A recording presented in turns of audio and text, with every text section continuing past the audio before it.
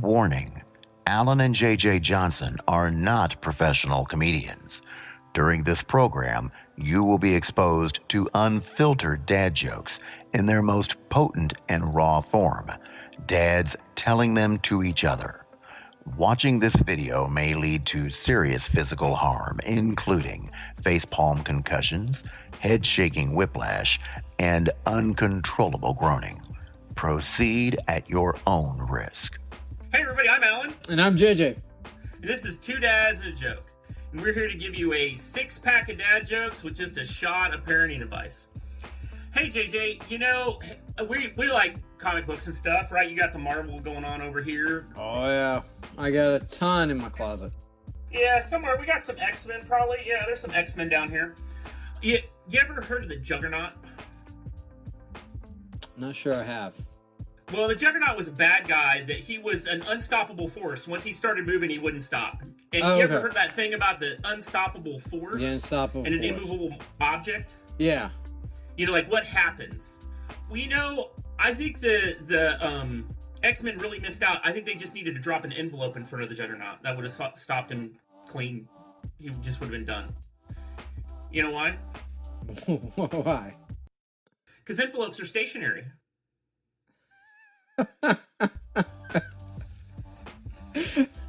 Oh man. Well, mine is not going to be much better. So last night so it's here at our house. It's Shark Week. Okay, Shark Week. While we're recording this, it's around the second week of August. My family loves Discovery Channel Shark Week. I love to just watch documentaries on sharks, and you know we have this big party every year where my wife and her family come over, and we just make all these crazy fun snacks. And last night we were having crab dip and things like that. So you know, I told everybody, I was like, you know, during this whole stay-at-home order, I have been on a seafood diet, and they all looked at me and they said, "What? You know why?" Why? Well, I see food and I eat it. Oh, folks, I gotta say that was probably better than most of what you might hear on the channel.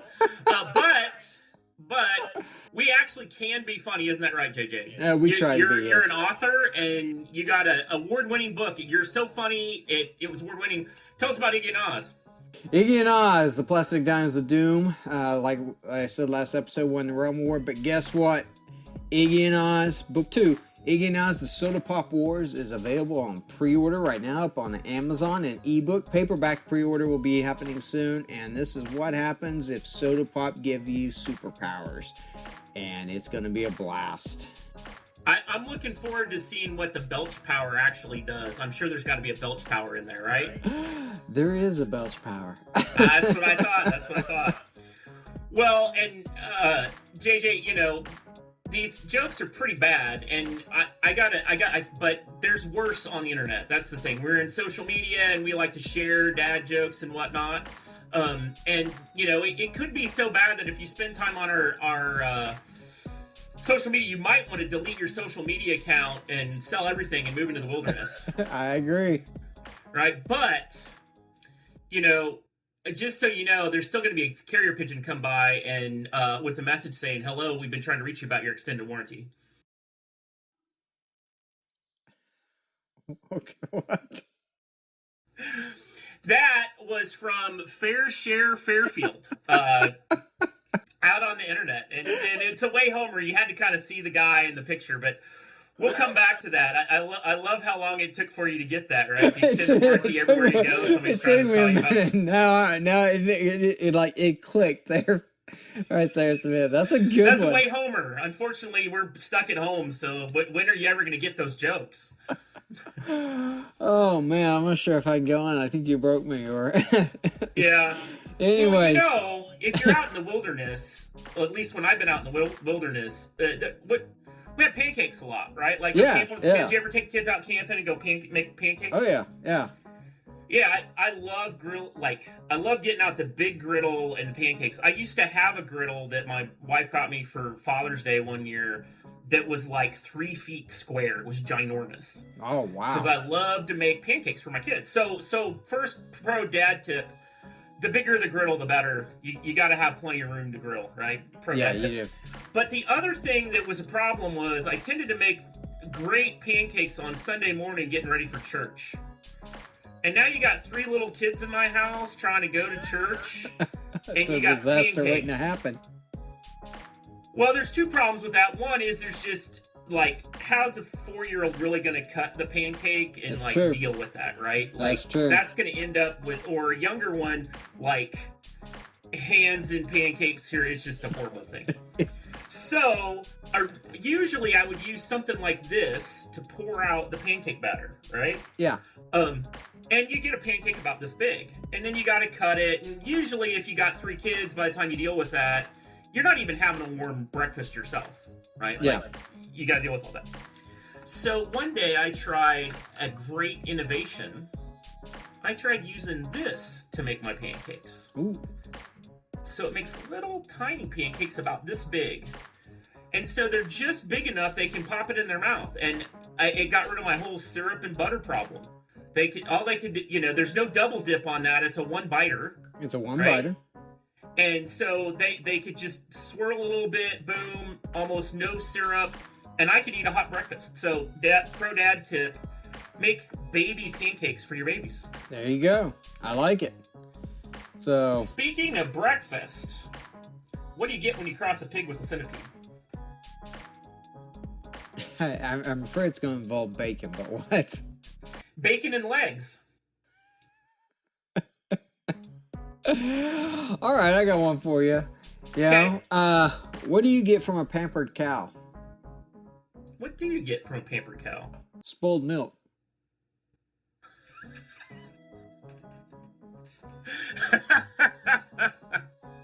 Love it. Spoiled milk. Well, I think that might play into what we're supposed to be talking about next here about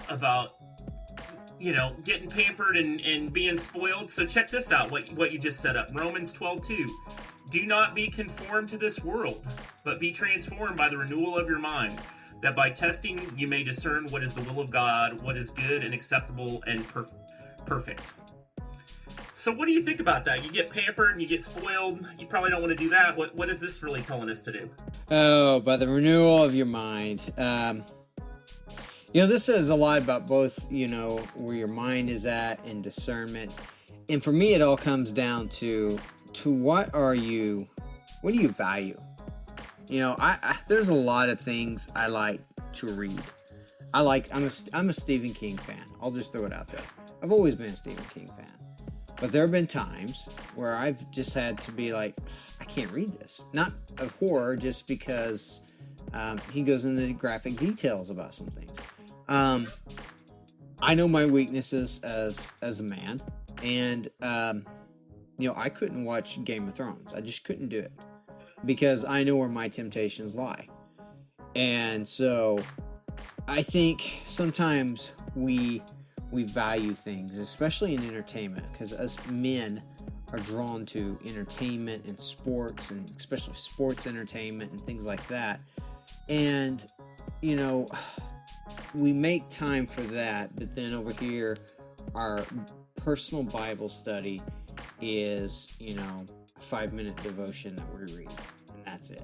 And that's all the time we spend. And I think sometimes, we walked through Colossians 3 a couple weeks ago, and it's the same thing. Paul says a lot of the same things, throughout the courses of most of his letters.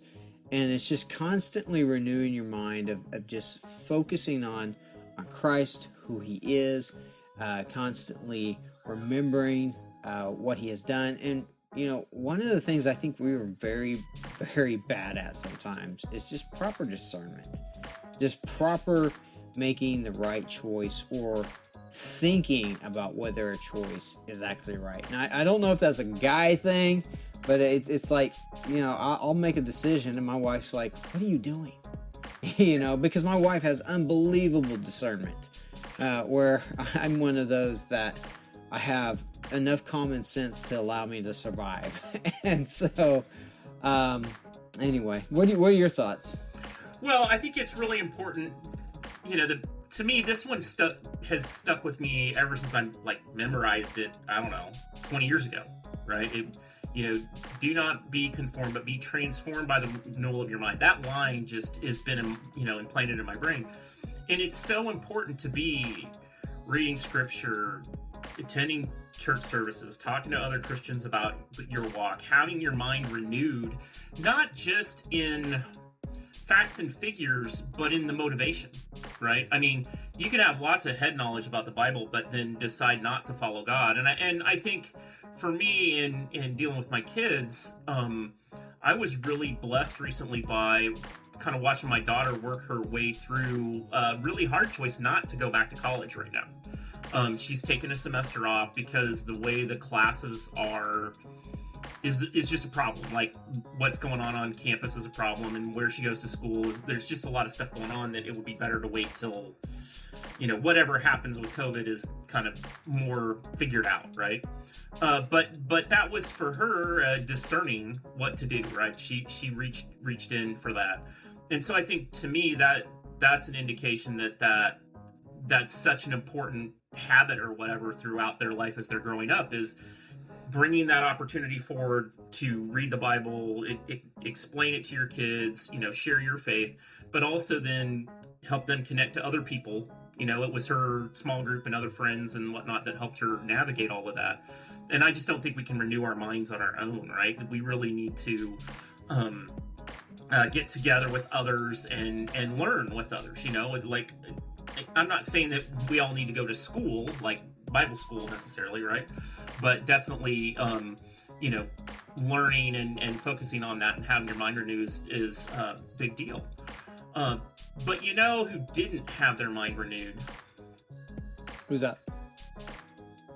I ran into this omelet the other day, and he totally flunked out of school. He failed his exams. Oh, man. Okay, speaking of eggs, coffee goes with eggs. So, what did the coffee report to the police?